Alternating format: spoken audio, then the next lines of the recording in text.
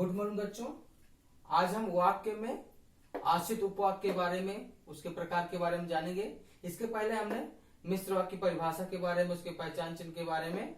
अब मिश्र वाक्य को दो भागों में बांटा गया है, एक प्रधान उपवाक्य होता है, दूसरा आश्रित उपवाक्य होता है। उसके बारे में हमने जान लिया था, ठीक है, कि प्रधान उपवाक्य क्या होता है और आश्रित उपवाक्य क्या होता है। अब हम आश्रित उपवाक्य के प्रकार के बारे में जानेंगे। तो इसके तीन प्रकार होते हैं। पहला संज्ञा उपवाक्य होता है, दूसरा विशेषण उपवाक्य होता है और तीसरा क्रिया विशेषण उपवाक्य होता है। परिभाषा के बारे में जानते हैं, संज्ञा उपवाक्य की परिभाषा के बारे में जानते हैं। जो उपवाक्य प्रधान उपवाक्य की किसी संज्ञा या संज्ञा पदबंध के स्थान पर आता है उसे संज्ञा उपवाक्य कहते हैं। संज्ञा उपवाक्य की शब्द से जुड़े होते हैं। जैसे मुझे पूरा विश्वास है कि वह सफल होगा, तो जहां पे की दिया हो या क्यों की दिया हो, की वाले जितने भी शब्द होंगे वो जो है संज्ञा उपवाक्य के अंतर्गत आएंगे, ठीक है। अब यहाँ पे एक आया है, क्या है, पदबंध। पदबंध होता क्या है?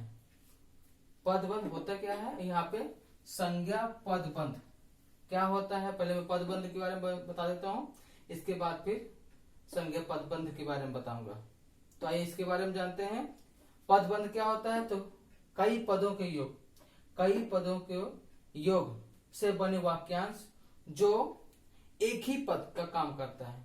फिर से समझते हैं, कई पदों के योग से बने वाक्यांश को जो एक ही पद का काम करता है उसे हम पदबंध कहते हैं।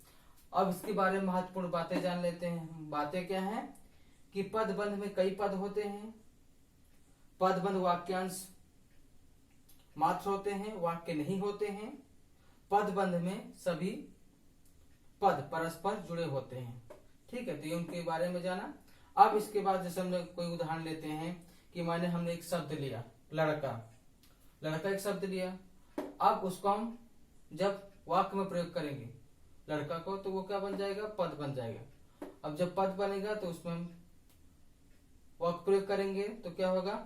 जैसे पदबंध बनेगा, सुंदर लड़का खेलने जा रहा है। सुंदर लड़का खेलने जा रहा है, तो वहां पे जो सुंदर लड़का है वो आपका संज्ञा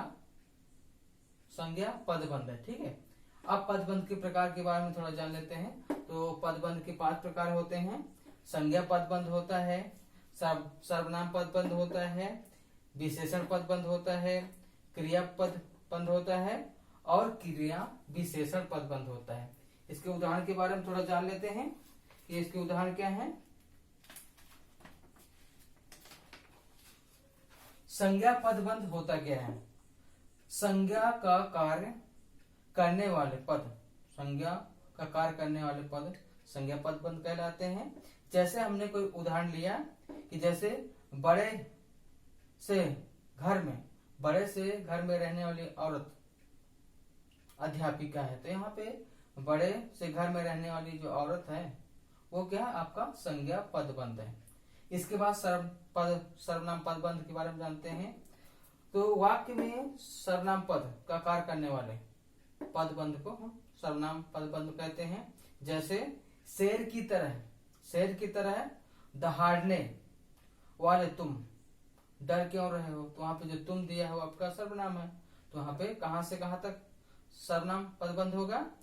शेर की तरह दहाड़ने वाले तुम। इसके बाद विशेषण पदबंध के बारे में जानते हैं। विशेषण जो संज्ञा और सर्वनाम की विशेषता बताते हैं उसको हम विशेषण पदबंध कहते हैं। इसके बारे में थोड़ा जान लेते हैं उदाहरण के बारे में। इंदिरा गांधी जैसी नेत्री मिलना कठिन है, तो यहाँ पे इंदिरा गांधी जैसी ये आपका विशेषण पदबंध होगा। इसके बाद क्रिया पदबंध के बारे में जानते हैं। तो जो क्रिया के बारे में बताता है, क्रिया के समूह के बारे में बताता है, वो होता है जैसे माली माला बनाते बनाते सोचने लगा। माली माला बनाते बनाते सोचने लगा, तो वहां पे जो बनाते बनाते सोचने लगा वो आपका क्रिया है, तो इसलिए वहां पे क्रिया पदबंध होगा। और समझ लेते हैं, दादाजी पौधे लगा रहे हैं, तो जहां पे लगा रहे हैं वो आपका क्रिया पदबंध है। तो ऐसे पदबंध होते हैं। लास्ट होता है क्रिया विशेषण पदबंध, जो क्रिया की विशेषता को बताता है वो क्रिया पदबंध विशेषण होता है। इसके उदाहरण के बारे में जानते हैं कि बूढ़ी औरत हाँफ हाँफ कर धीरे से बोली, हाँफ हाँफ कर धीरे से बोली। तो क्या कर रहा है वो, यह वाक्य जो है क्रिया की विशेषता बता रहा है। तो ऐसे वाक्य जो संज्ञा से, सर्वनाम से, क्रिया से, विशेषण से या क्रिया विशेषण शब्दों से जुड़े हों तो वहां पे पदबंध वो कहलाते हैं। ठीक है, तो पदबंध 5 प्रकार के होते हैं। तो हम एक बार फिर जान लेते हैं। जो उपवाक्य प्रधान उपवाक्य की किसी संज्ञा या संज्ञा पदबंध के स्थान पर आता है उसे संज्ञा उपवाक्य कहते हैं। संज्ञा उपवाक्य की शब्द से शुरुआत होती है, क्योंकि की से।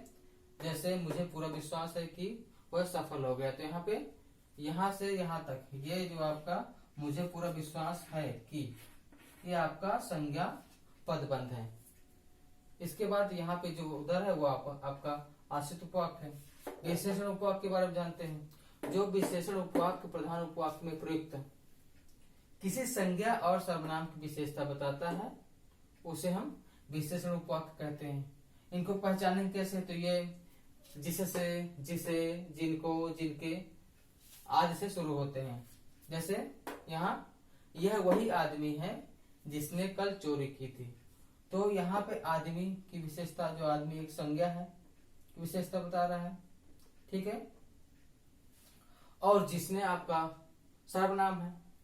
तो आदमी तो क्या होता है कि जो संज्ञा और सर्वनाम की विशेषता बताता है। तो यहाँ पे यह वह आदमी है, यह वही आदमी है। तो यहाँ पे आदमी की विशेषता बता रहा है, जिसने कल चोरी की थी। तो यहाँ पे आपका विशेषण उपवाक्य होगा।